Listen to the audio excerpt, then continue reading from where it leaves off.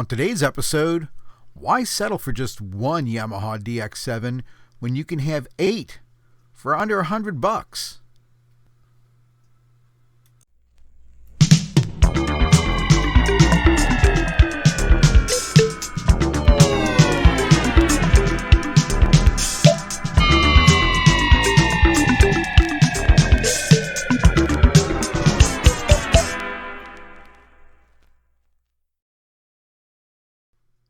What's up, nerds? Yeah, I said it. 8 Yamaha DX7s for under $100. How is this wizardry possible? Well, I'll tell you. It's all thanks to an open-sourced program called MiniDexed. It's a program for the Raspberry Pi based on the insanely popular program DXed, which was another open-source program that emulated the Yamaha DX7. DXed was developed in the early teens. Notice I didn't say the 2010s or whatever. Look, we're just over a quarter of the way through this century, so we can kind of drop the whole 2000 or 20 whatever. We know where we're at now. Anyway, DXed was open sourced, so that means plenty of people, way smarter than me, were able to refine it and make it to one of the most used and most loved virtual instruments of all time. The fact that it was free and rivaled the sound quality of many commercially available and expensive alternatives contributed to its continued success. Plus, it could read all the original DX7 patches, which there are thousands available online. So, around 2022, some more smart people decided to port DXed over to the Raspberry Pi. This time, they decided that it should run 8 instances of the DX7 simultaneously, giving it a massive sound. And if it sounds like a good idea, it's because Yamaha had the same idea back in 1984, when they decided to take the brains out of a DX7 and put them on cards called TF1 modules, and then take those and pack 8 of them into a rack mount enclosure. Sort of like 8 DX7s sitting on each other's shoulders wearing a trench coat and pretending to be this monster synthesizer, which it absolutely was. It was the Yamaha TX816, and it did come with a monster price tag to match. The original MSRP on this beast clocked in around $5,500 when it was fully populated with 8 TF1 cards. That's like almost $19,000 in today's dollars. So this sub $100 version is a downright bargain. Here's what you'll need. A Raspberry Pi. I'm using a Raspberry Pi 4 with 2 gigs of memory. However, MiniDexed will work on really any version of Raspberry Pi, but with a few limitations. You can use it on the Raspberry Pi Zero, but due to processor constraints, you're limited to just one instance of DXed running. The Raspberry Pi 2 and 3, well, they'll work, but you'll still may experience like a little bit of lag. You could use a Raspberry Pi 5, but at this point it's kind of overkill. However, it'll leave a little room if MiniDexed ever decides to up the amount of instances of DXed running simultaneously. The Pi 4 seems to be the sweet spot. And because it's a bare metal installation, no operating system installed, the amount of memory is pretty negligible. Next is an audio hat for the Raspberry Pi. All the how-tos and whatnots that I've watched and read online, I'll say that the audio hat provides a much better sound than the onboard headphone jack. Next is the Rotary encoder and a 2-line LCD. I pretty much got everything from Amazon, so I'll provide the links below. The next step is getting MiniDexed installed on an SD card. There's no operating system going on there, so you'll probably be able to use something as small as a 4 gig card, although you may want a little more room to store patches, so an 8 to 16 gig ought to do the trick. Then you want to head over to the MiniDexed GitHub. Once again, the link is below in the description. Now what I like about this is that this project is nice and simply laid out. Every time I need to get something from GitHub, I tense up a little because navigating some of these projects can be downright frustrating. Sometimes it's hard for me to find basic documentation as well as the actual file that you need. Maybe because I'm some casual normie who really doesn't use it that often. Oh well. Anyway, this one is laid out with everything you need, and the documentation and how-tos are really clear and concise. There's even a diagram of what GPIO pins are used for the different parts of the build. That's good, because I like pictures. Words are dumb. You want to get your SD card formatted for FAT32. Fortunately, there's a great program called, appropriately enough, FAT32. I'll put the link down below. Once it's formatted, head back over to the MiniDexed GitHub and download the latest release. Once again, links below. It's going to be in a zipped file, so you need to unzip it and put all the contents on the SD card. Just select them all and then drag and drop. You don't need to set up any special folders or paths. Once that's done, you'll need to change a few settings in the configuration file to get the audio hat and display working. You'll need to open and edit MiniDexed.ini. I use Notepad++, which is a nice free program that works perfectly for this. Once it's opened up, you'll see a sound device settings at the top. You want to make sure that sound device equals I2S doesn't have a pound sign or hashtag in front of it. Sound device equals PWM and sound device equals HDMI should have that pound sign or hashtag in front of it. This basically turns those lines into comments, and the Raspberry Pi will ignore those settings. Fun fact, even though it's been pretty much referred to as the number or pound sign forever, when used for telephone and computers it was called the Octothorpe. That weird little name came from the eggheads at Bell Labs back in the late 60s when they were adding symbols to touchtone phone buttons. Octothorpe. After that's done, scroll down a little until you find Octothorpe HD 44780 LCD. Keep all of those settings except the address in that last line. You want to change that address to 0x27. And then, that's it. Go ahead and save it. Then pop it into your Raspberry Pi. Now we're ready to start putting this beast together.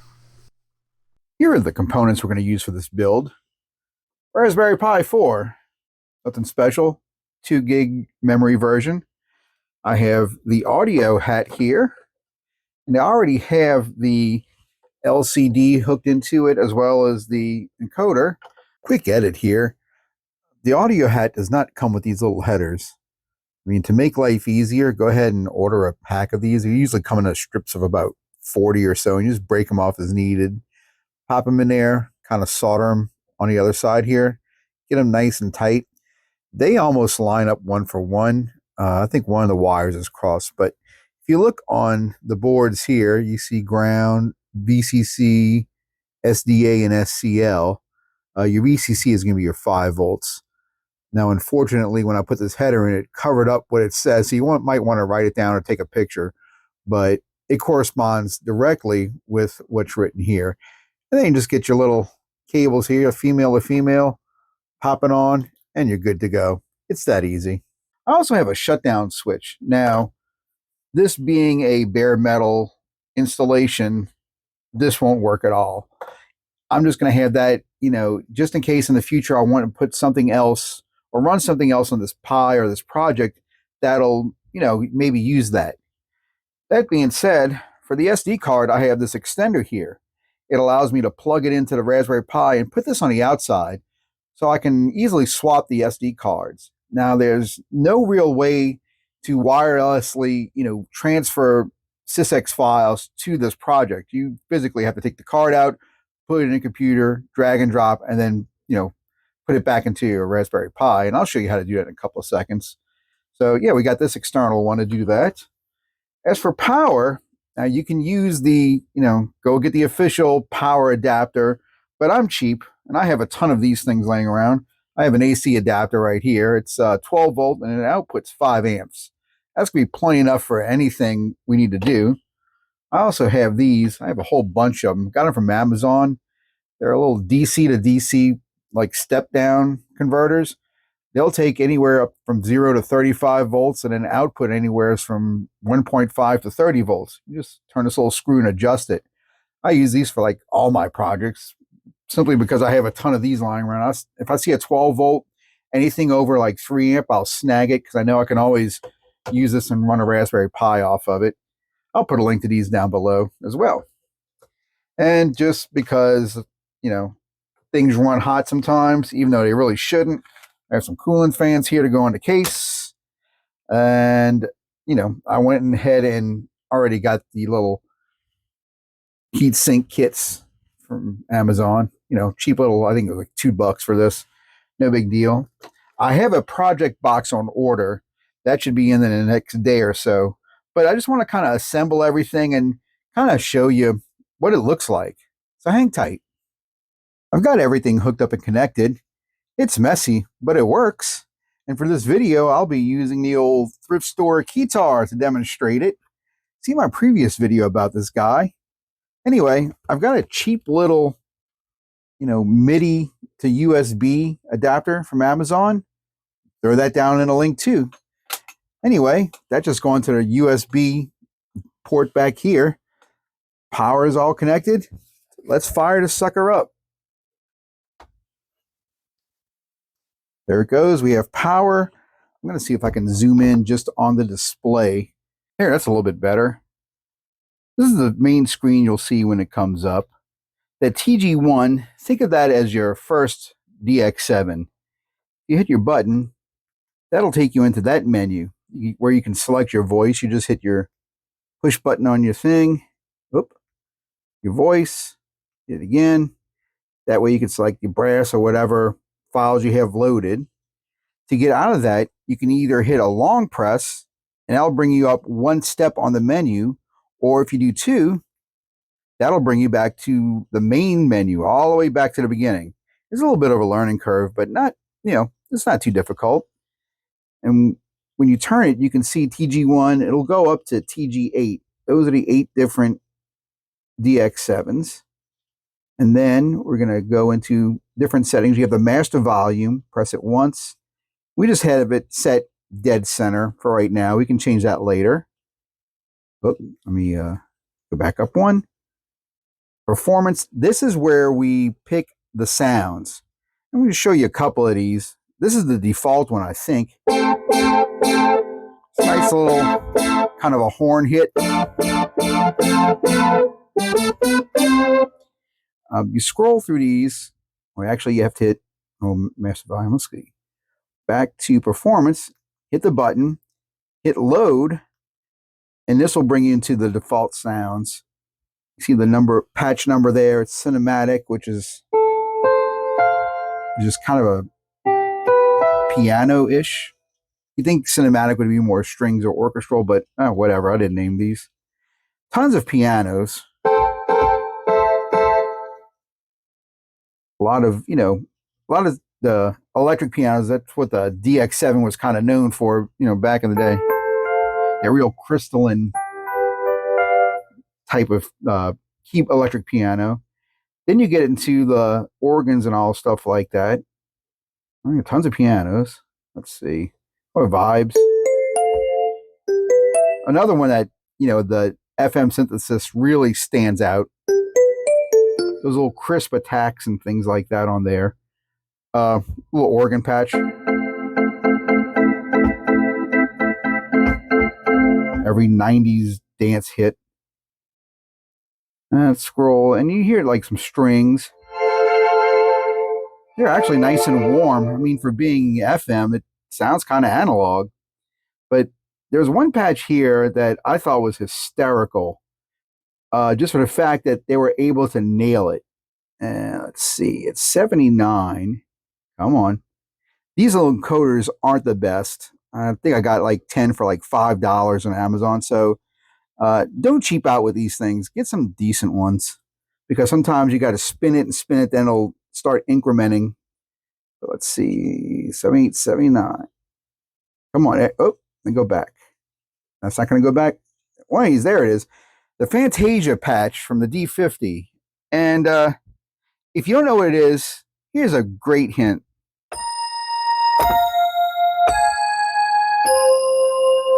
Yeah, Star Trek, Next Generation. The first season or two were loaded with the Roland D50, and this nails it. And I think that's funny as hell. So anyway, this thing's, I didn't even go through all of these, so I have no idea how many are on here. I mean,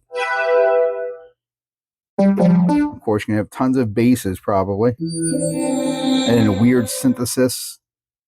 Drums. I really can't hear that one. Okay, so 122. So there you go. That's the performance. We're going to go all the way back to the beginning so we can see the different menus. Those are the different, TGs. Like I said, those are your DX7s. The effects, you have compression and reverb. And I haven't fooled with those yet, so feel free to fiddle about with them and play around with everything.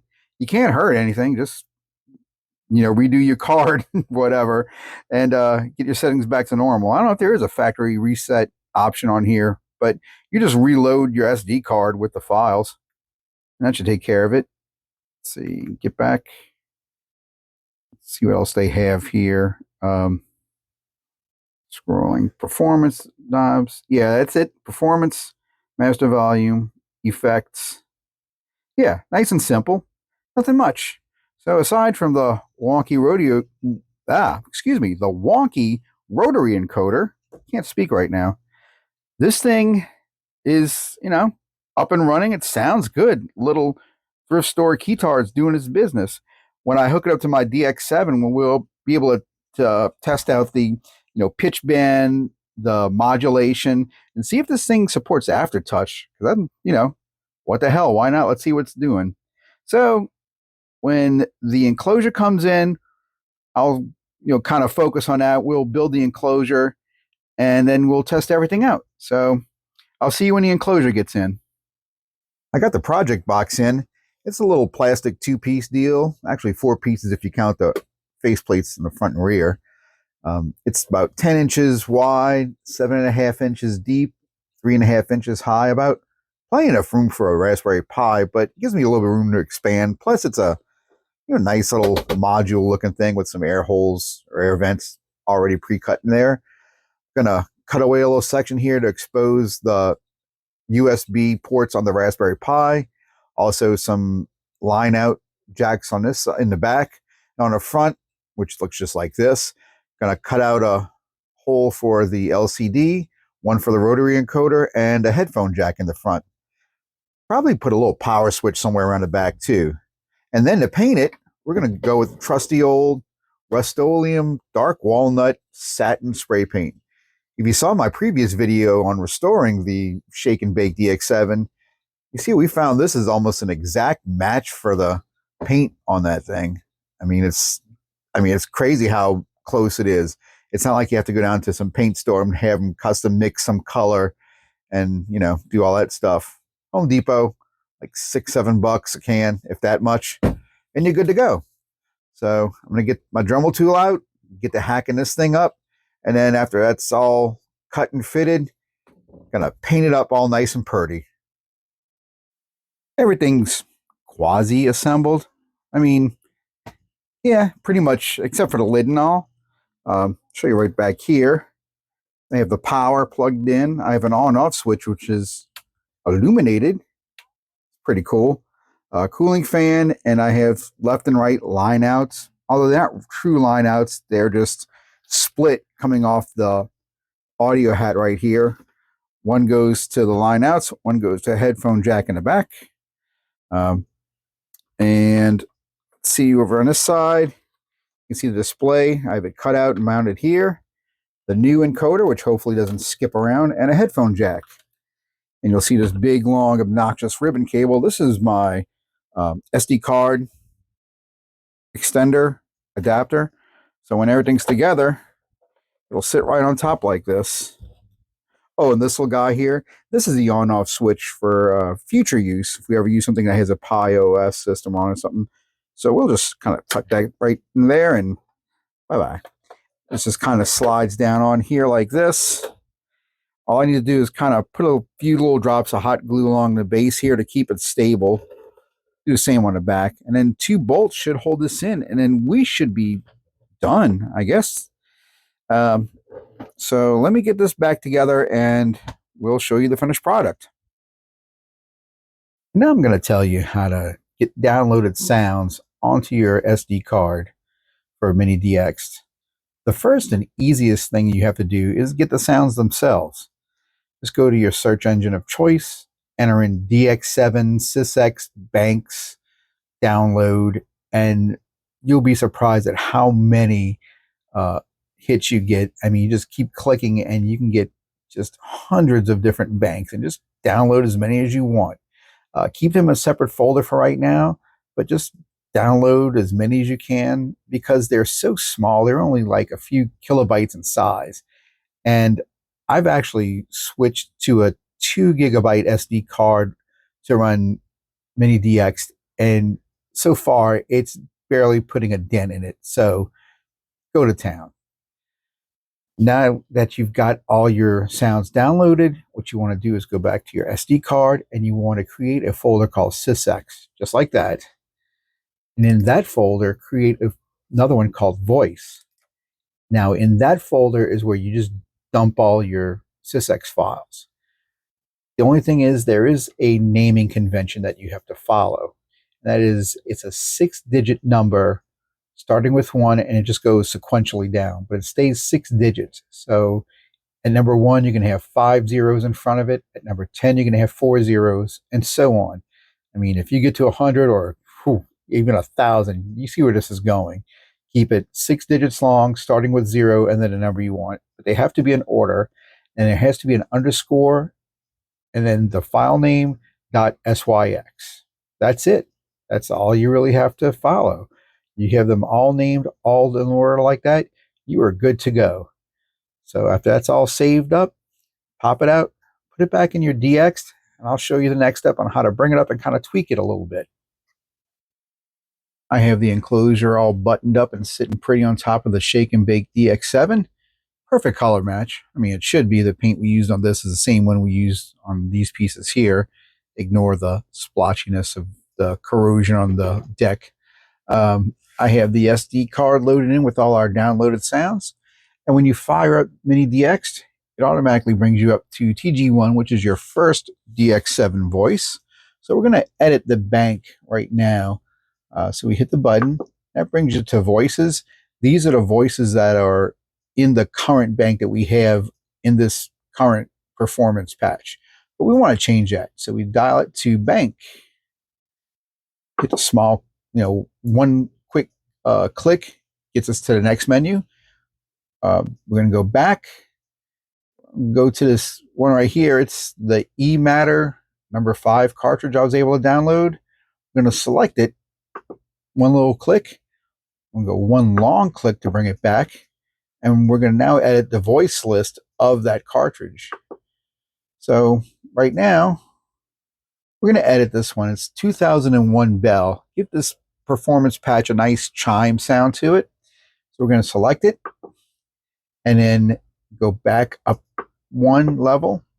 And now we're in the voice menu where we can edit the parameters of this particular Bell sound. So scroll through. We're going to edit the volume of it. It's kind of high. We don't want it overbearing, so we'll just take it down a notch. Select it. Long click, go back. Pan, let's see where it's set at. Oh, I went too long with that. So voice, go back to pan. Click it. It's a little off center. We're gonna let's go the other way and put it to the right a little bit more. Select it, quick click, long press, brings it back. Reverb, because it's a nice chimey bell sound, if we put reverb on it, it might muddy it up, so we're not going to do that just yet. Detune, put a little detune on it. That's a lot of detune on it. We're going to dial it back some. We don't want it way off. And this might be good. Select it, long click gets it back into the menu. Cut off. These I'm not going to worry about just yet. We just want to quickly go over this. Like I said, you can deep dive into these menus and just play around for days on these. But this should be it. We have a nice new bell sound loaded up into the TG1, which is, like I said, our first DX7 voice. So if we get back into our main menu, we can do this for a ton of all the other different cards. Let's go like to voice 2, click it, go to the bank, click it, load up like this cartridge. Hit the button, it loads it up. Long click brings it back, go into the voice list for that one. Quick thing, right? Piano, I think this is a factory cartridge. It looks like it. Well, it's got pan flutes. But yeah, we'll just get back out of it. Let me put a string on it. You have a plain string? Oh, it's a brass ensemble. let's pick this little guy here. And let's just bring it. Yeah, we'll keep it in the background a little bit. Let's see. Pan, we're gonna keep that kind of centered. There you go. Well, actually, we're gonna have it counter the bells, just kind of on the other side. Select it. Long press brings it back. No reverb or anything like that. So we're just gonna go back, and we're back into our. Let's see, two clicks. Gets it back into the main menu.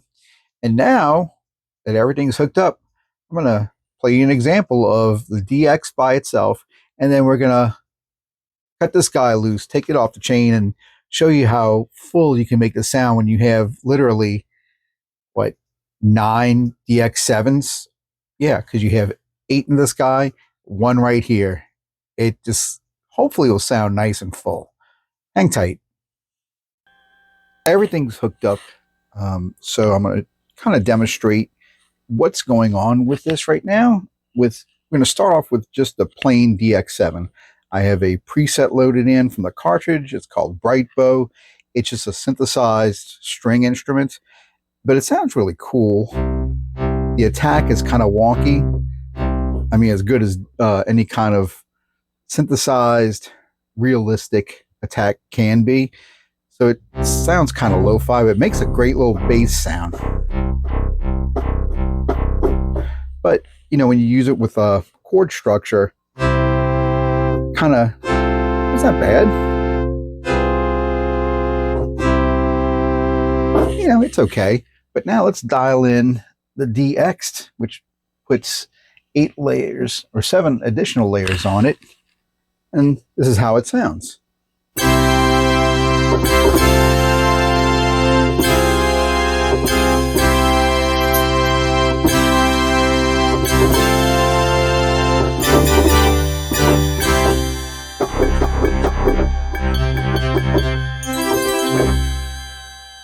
And that bell, that one we kind of fidgeted with in a previous clip, it's got a weird little vibrato on the end of it. And that's not the modulation, because we can crank this up.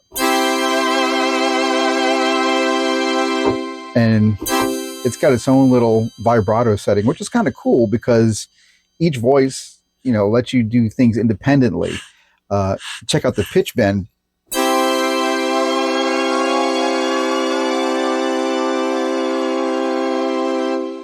One of the voices isn't changing.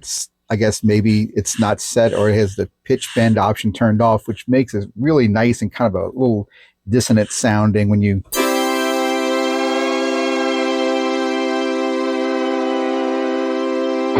You can do all kinds of crazy things. Like I said, it's basically, you have 7 DX7s in one, 8 if you're using an original one in conjunction with this.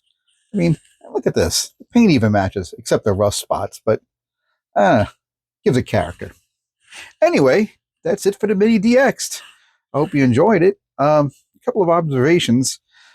I do have a 2 gig SD card in here. I was able to get everything down, and it's running on just a 2 gig card. So you can go that low, and we still have plenty of room. I mean, like 95% free. So you can just download as many banks as you want, put that in there.